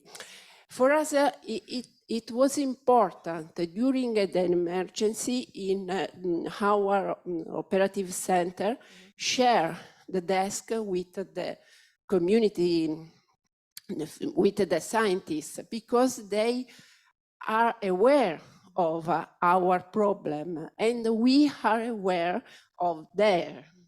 It's important, is a way to grow up together.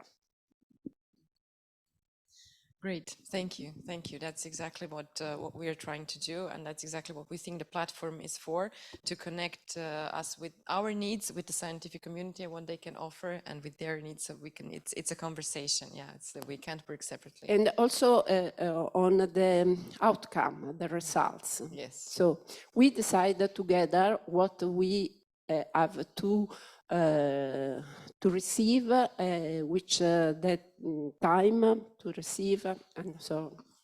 Excellent, excellent. Thank you very much. Do we have any more questions for Chiara? No? Okay. If not, you can still think of them throughout the day. We're going to move on to our next presenter. We have a good practice experience from our dear colleague from Portugal. So, Carlos, I'm just going to put your presentation on, and you can take the floor.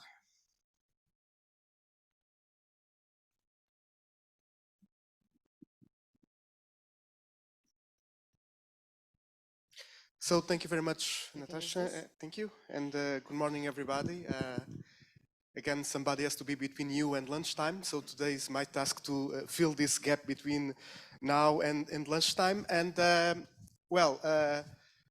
I'll start with a disclaimer. Natasha just introduced Portugal as a good practice. I'm not entirely sure. In fact, when Natasha approached me some months ago to deliver this presentation, the idea was to present Portugal experience as a case study. That's what it is in this first slide. We don't see ourselves as good practice in terms of financing disaster risk reduction, but at least we are able to share our experience and to bring some information from our side regarding the activities that we are developing and the way we kind of try to finance them. And my goal during this next minutes will be to cover 3 different topics. First, I will start by providing some information on the way we have drafted and implemented our national disaster risk reduction strategy. Then we'll look at the different sources of funding that we have available and that we make use for it, for implementing disaster risk activities in Portugal in a broader sense, not just related with the strategy. And finally, I'll try to merge both 2 initial components. How do we finance the implementation of the national strategy? So, let's start with our national strategy for DRR, and this picture kind of illustrates the goal of the strategy, to be an umbrella of mechanisms and frameworks that are already in place that target in different sectoral risks the goal of reducing risk and manage the risks that exist, but of course to be the one that is on top of all the other frameworks, so the umbrella of the different sectoral umbrellas that are already in place. And this came from something that the government recognized some 5 years ago in 2017. It was the period when it was adopted the first pilot strategy that was valid just for a 3 years period from 2018 to 2020. So it was the first national disaster risk reduction strategy. And the government recognized that we have a fragmentation of strategies. So the efforts that are being put in practice for prevention and preparedness, they are spread across multiple ministries, multiple stakeholders, and there is not a feeling that they all work together and they all fit into the same purposes. So the main goal, the initial goal of this strategy was to bring some glue to the system, to link different approaches that were already in practice so that society could have a clear perception of the added value of prevention and preparedness efforts. And of course, this is also to ensure our commitment towards the Sendai framework, so to the international goals, and not only in terms of disaster risk reduction, but also linking with the international agreements in terms of climate change adaptation and also the sustainable development goals. So the idea was to bring different activities played from different ministries, by different stakeholders, all together under the same umbrella, under the same framework. So this was the shift. Usually the sexiest part of our job in civil protection is this component here, the one that is above the author, is the response phase. Everybody knows that civil protection is doing something because a fire is being extinguished, a flood is being controlled. But the most relevant part is the one that is underwater, the hidden part of the iceberg. So how can we emphasize the role of prevention in terms of the overall activities for risk management? So this was the goal of the first pilot strategy from 2018 to 2020, how to bring more visibility for prevention and preparedness activities.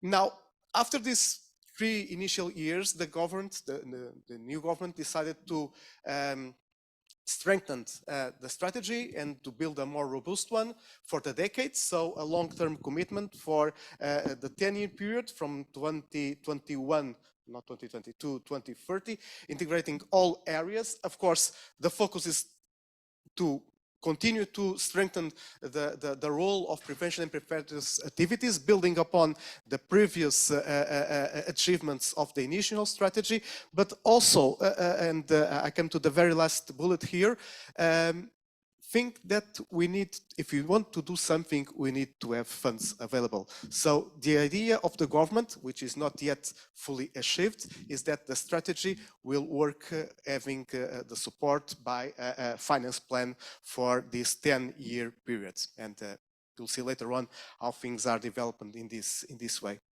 So how did we build the strategy?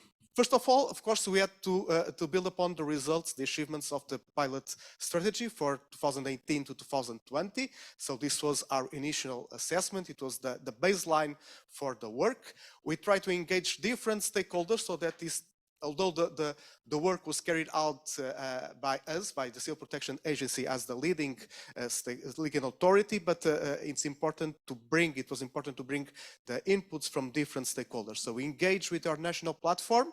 So the more than 60 different organizations that we have in the national platform provided suggestions, inputs, contributions for the strategy. And we also engaged into consultation with what we call risk owners. Risk owners are our counterparts in public administrations that deal with specific risks. And by this I mean the environmental agency that deals with floods and industrial accidents, or the Agency for Forest Fires, which of course deals with forest fires, or the Health Directorate. So these are the key stakeholders from the public administration side who knows the business in their risks of interest, and they provided also inputs. And we also received inputs from international level. In 2019, under the umbrella of the Civil Protection Mechanism, we hosted a peer review in Portugal to our disaster risk management system. So some useful input and recommendation from the peers were also brought into the strategy. Of course, we consolidated this and from a technical point of view, we delivered this first draft to the government. The government, of course, made other internal interministerial consultations. They arranged a public consultation process, and then finally the strategy was adopted in August 2021. And these are the main trends of the strategy. First of all, of course, continue the efforts to bring more visibility to prevention and preparedness activities, but ensuring at the same time that the focus is on all hazards. So not to be focused just in one specific risk. And immediately when we think about Portugal, forest fires is the risk that comes immediately to our mind. So the idea is to have the strategy that is cross-cutting, and it will facilitate the work towards managing different risks. And at the same time to ensure that the private sector, the academia, the research and development communities are engaged in the risk management processes. Also engaging with vulnerable groups, for instance, people with disabilities. And also, yesterday it was something that was quite often referred during the speech that were happening yesterday, data. We need more data to support our strategies, we need more data to support our activities. So disaster loss data is one of the gaps that we have in Portugal, so how to strengthen this analysis. And this is how the strategy looks like. As mentioned, adopted 14 months ago, 5 strategic objectives coming from governance, risk governance towards implementation of prevention measures and ending up with the engagement of citizens. Who is in charge? So the coordination of the strategy is made by an interministerial group. So we call it a coordination group, 21 different representatives from different sectors of the society. The leader is the Minister of Home Affairs. So we now, as Civil Protection Agency, I have the Secretariat of this coordination group. And now one thing that might be of interest for you, in these 21 members, who is missing? Minister of Finance. So although we need money to implement the strategy, Ministry of Finance is not part of the interministerial coordination group, which is a bit weird, but that's the way it was decided by the government. So 5 strategic objectives that are then divided into 10 priority areas, more than 100 different operational objectives laid down in the action plan. This is how the priority areas look like. So monitoring, alert and warning system, capacity building, articulation, cooperation, training, community awareness. So a lot of different activities, but clearly the focus is in strategic goals number 3 and 4. This is the number of activities that are foreseen in the action plan. So to implement prevention strategies and to improve preparedness. So investments in terms of structural and non-structural prevention, early warning systems, emergency planning. These are the main areas that capture the attention in the national strategy. So these are the ones that are already being implemented since August last year. So let's now keep the national strategy in standby mode and move for a more broader perspective on the way we in Portugal finance disaster risk reduction activities. So what are the funding mechanisms that we have? And we have pros and cons in this regard. Let's start with the negative aspects. As in many other countries, disaster risk reduction activities are spread across multiple ministries, multiple actors. So there is a fragmentation of instruments that are available to finance these activities. So it's kind of difficult to have an interministerial accountability of how much do we spend in disaster risk reduction activities. So yesterday somebody has a slide with different questions. Are you able to do this? Are you able to do this? No, we are not. We are not able to say how much money do we spend in the country in the overall set of activities that are dedicated to disaster risk reduction.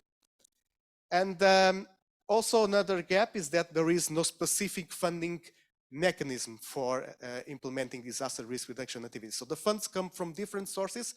There is a fragmentation of sources, might be a bad thing, might also be a positive one.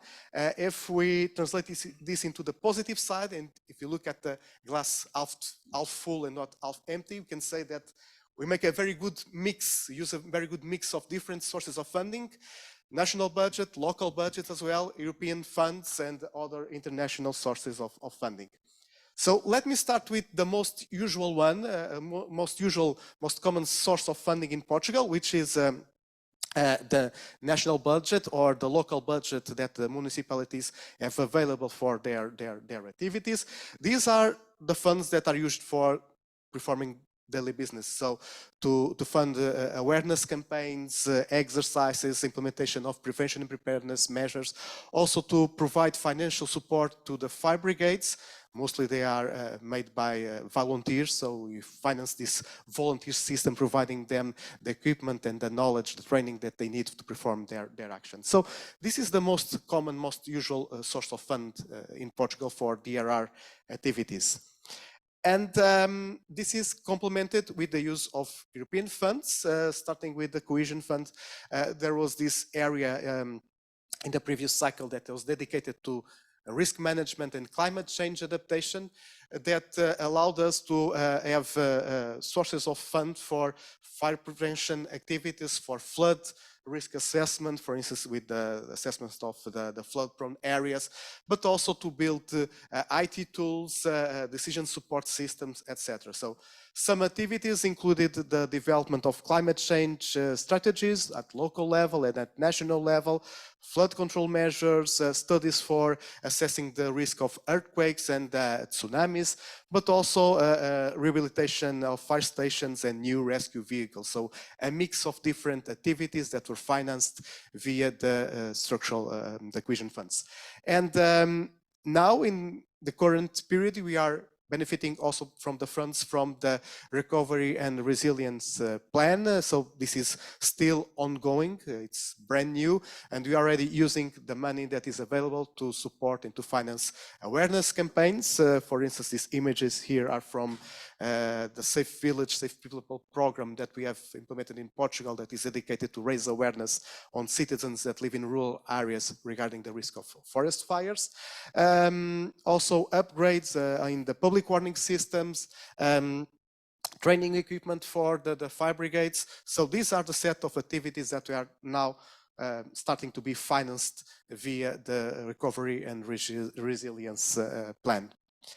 And also other European sources of funding, regional funds, rural development program that brings money available for forest fire prevention, also for dam safety, especially for the dams that are used for store water for agricultural purposes, but also the European Civil Protection Mechanism, which, for instance, financed an international exercise that was in Portugal in 2019, where we received several teams from abroad, including a team from Croatia that was there 3 years ago.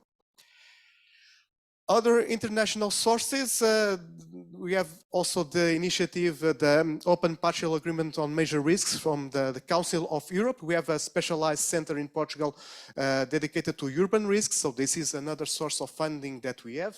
And the EEA grants, so the initiative from Norway, Iceland and Liechtenstein, they have played quite an active role in terms of financing climate change strategies at local level, and also the implementation of the climate portal that is now available in Portugal. So it's another international source of funding.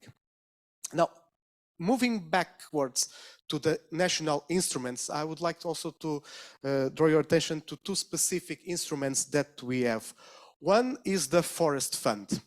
Forest Fund is a fund that is available. So the money comes from every time you go to a petrol station and you put gasoline in your car. So a part of what you pay is going to this Forest Fund. And also all the benefit that the state has by selling wood from the national forests are also going to this forest fund. And this fund is used for sustainable forest management. So this includes, of course, rural fire prevention activities. So it's a way for building roads in the forest areas, to have water points, surveillance towers, etc. Second source of funding is an environmental fund. Money comes from carbon taxes that industries have to pay, from water taxes, wastewater taxes. So all this money goes to environmental fund, and these activities that might and the activities that might be financed by the environmental fund are mainly related with flood protection, drought prevention, and also with climate change adaptation measures. So money comes from the environmental fund, and is exclusively directed to investments in these specific areas. So these are kind of closed boxes that can only be used for addressing certain purposes.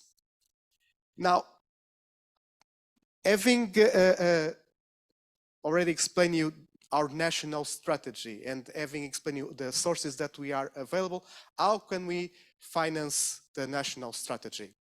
Well, that's the million-dollar question that we are trying to solve at this moment. As I said before, although it was foreseen in the beginning, the strategy was approved by the government without the finance plan. We faced the same problem as here in Croatia. Until a very last moment, the strategy had a list of expected money that we need to spend in implementing it. But at the very end, this did not appear in the final document.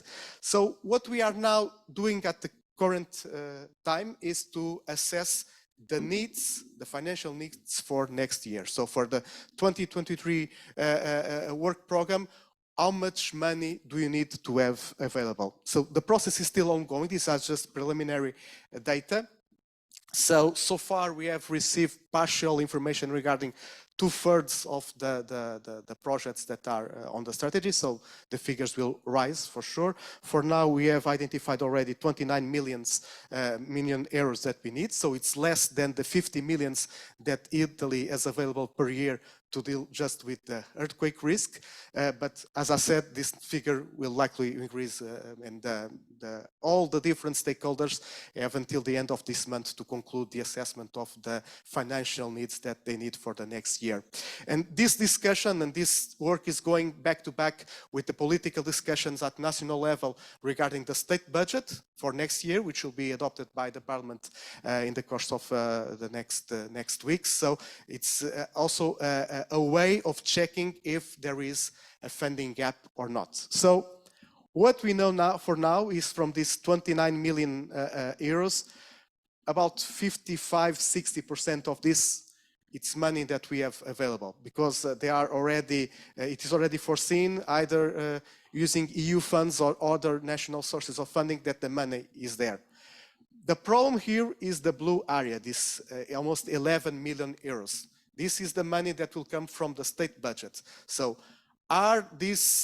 is this money already available in the initial proposal of the state budget or not? This is what we are trying to assess at this stage. If yes, good.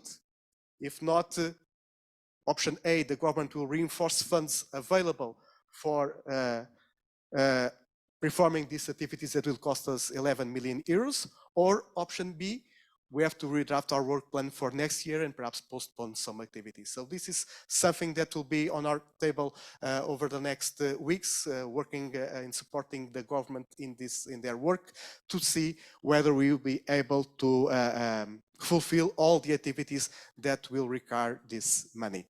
As I said before, if the Ministry of Finance will be engaged in the coordination group, it will be easier to facilitate the discussion. That is not the case, so the approach is being made at the political level.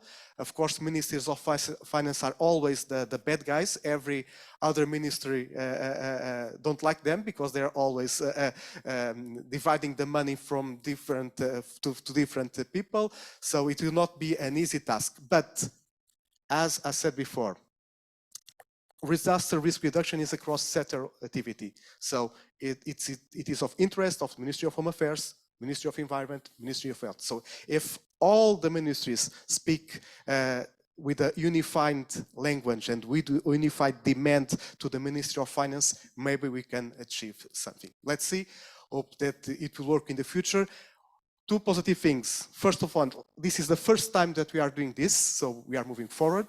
Second positive thing, at least we'll know how much it will cost to implement the national strategy. So it's the first time that we have some kind of accountability related to disaster risk reduction activities. So we hope this will provide a more robust ground for future activities.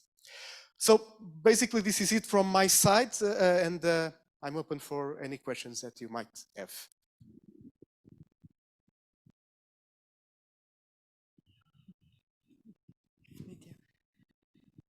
Any questions so far? You have one? Okay. Thank you, sir. As I said, that I'm coming from Regional Cooperation Council, and for our strategy, which I'm tasked to coordinate, the higher policy objective is to decelerate depopulation and reduce poverty in Southeast Europe. And as regards depopulation, Italy and Portugal are also within the same trends of losing population towards the western or northwestern part of Europe. Regarding your strategy for Portugal, as well as my question goes to Italy, that have you ever come across any kind of assessment of possible cost of human loss and the monetized value of possible human lives cost and decrease in your country's human capital, which natural disasters could cost? Because this would be very interesting for our work as well, because we would like to monetize the cost of the population, which may stem from various factors, including natural disasters or man-made disasters. Thank you very much. Thank you for the question. I'm not aware of that kind of studies being performed in Portugal. I'm not aware of it. I know that there are some research ongoing regarding the aging of the population, which is a major concern now because we are getting older and older. And in fact, in terms of disaster risk reduction activities in the past, the focus was mainly the young kids, but now we are also considering to have a different approach, making the best use of retired people that have a long life expectancy in front of them after they retire, so they can be used, for instance, for volunteer activities like in Italy with the UNDRR campaign. So this is the trend that we are facing. I know that researchers are studying that, the impacts of aging population in Portugal, but regarding your question, I don't have any information on this.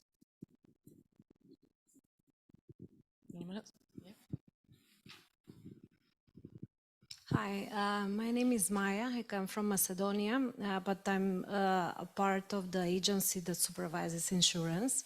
However, I used to work in the Ministry of Finance, so I was one of the bad guys. Whenever there is a strategy on the government session, the biggest challenge is how much this will cost the state and the government. The challenge you are facing is elsewhere, that for adopting this strategy you have action plans by year, I guess, as a annex to these strategies, and all these action plans need to have budget allocation. And if there is no budget allocation and that the government has prioritized and has budget allocated within their fiscal strategy, within their 3-year budget allocation, how will you implement the strategy? Because at the moment you are doing an annual budget questionnaire. Yes, you will negotiate with the Ministry of Finance, you will get 50% of it if you are lucky.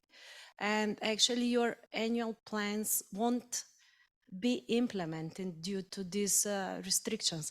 I mean, you are far ahead than many of the countries, including Macedonia, and it's nice to have the budget or to have the feeling how this will cost, but still there is a big risk that major part of this strategy will maintain only on the paper, will not be implemented in practice. The same goes, as an example, in Macedonia, 10-year health strategy was adopted without any fiscal implications. So no movements there for 2 years.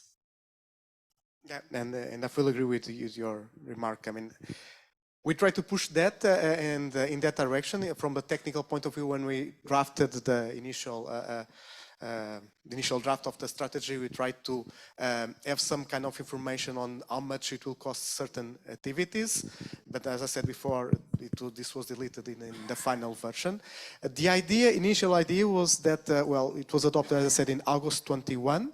And the idea it was that by the end of 2021, a finance plan will be approved by the government. But then what happened is that the government collapsed. We went into elections, so we are now restarting the process again. For now, just focus on the next year period. So perhaps it will go for different approach in the next years. The problem of this strategy for the decade is that, of course, there are annual work plans, but there is an overall work plan for the decade. And if you have an activity that is foreseen for 3-year period, for instance, 2022 to 2024, this solution will be, okay, you can extend this until 2026 because the strategy goes for the decade, so it will not be a major issue. So we are just postponing the achievements that we want to have with the strategy. So yeah, that's why I mentioned, we probably were a case study, but not a good experience.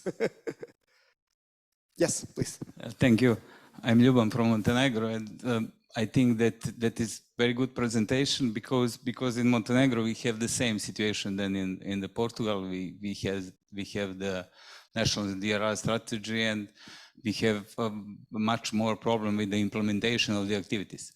But when we talk about the DRR, we must know the two ways to the final results. One way is DRR way, but the second very important way is the financial way. But when we talk about the comments, related to comments of our bad guys from Macedonia, I think that's very important that the financial part of our ministries, of our governments, must be included in the whole steps of this process. It is not enough that on the final stage, when we prepare the whole strategy, when we prepare the activities, and send to financial part of our government, and we are in the process of that we are waiting the confirmation of this. Why? Because we need the prediction, financial prediction in this process. If we put any activities, I don't know, approximately 10 million euros in the next 5 years, if we don't receive the official financial prediction from your and the same person in my country, we will be the loser on the end of the process. And because it is very important that we be together in the whole step of this process. It is our experience, because now the next year we will finish the first action plan for the six years period, and we be in position that prepare the new action plan and new strategy for the period 2024 to 2030. And because it is very important that we know what is the financial situation, what could be the financial situation, what could be financial prediction, and others. Thank you. Yeah, we were wondering about the exclusion of the Ministry of Finance in the coordination group, and then we went through other different strategies: national strategy for climate change, for the sea, for water and wastewater, and Ministry of Finance is not a minister that is engaged in any of the strategies. So probably it's their option. They don't want to be part of play an active role in terms of coordinating the strategy, but clearly the need for the ones who have to implement is there. So we need to be backed up with this kind of information to know, I mean, our intentions, our level of ambition has to be based and supported by the funds that are available. So if we don't, of course we want this world and the other one, but if you don't have money, so perhaps our level of ambition should be a bit lower. So it's tricky, but it's the way it is.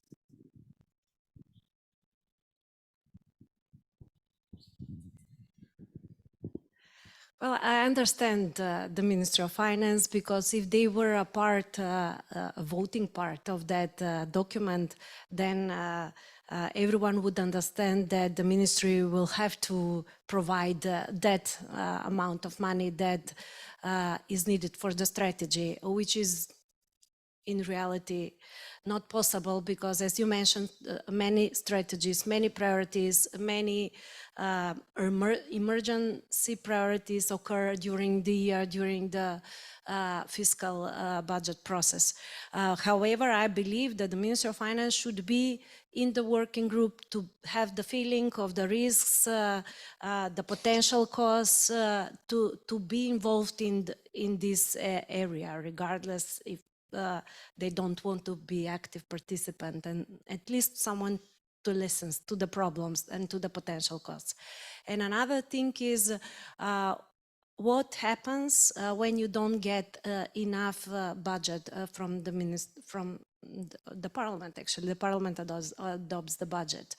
who coordinates the activities for going forward towards the donors? Because I saw that you are very active into absorption of EU funds or other possibilities. Is that your institution or a governmental body or a special ministry that after that goes forward into new access of money? Regarding international source, EU funds, it's Ministry of Planning, so they are the ones who are in charge of that. So we, as Sea Protection Agency, we don't have any specific role to play in that regard. We just support, from a technical point of view, the government. So it's up to the Ministry of Home Affairs to collect the inputs from the different areas and to articulate this with the Ministry of Finance and with the Ministry of Planning regarding EU funds. So it runs at a political level, not that there is not a discussion that is played at technical level. So it's in a different stage. Coming back to the comment of the Ministry of Finance, we are now a bit more confident now because the current Minister of Finance, he was to be the mayor of Lisbon, so public seal protection authority in the capital, so he knows the business. So perhaps this will facilitate our job in the future. Let's see. We are confident. Thank you.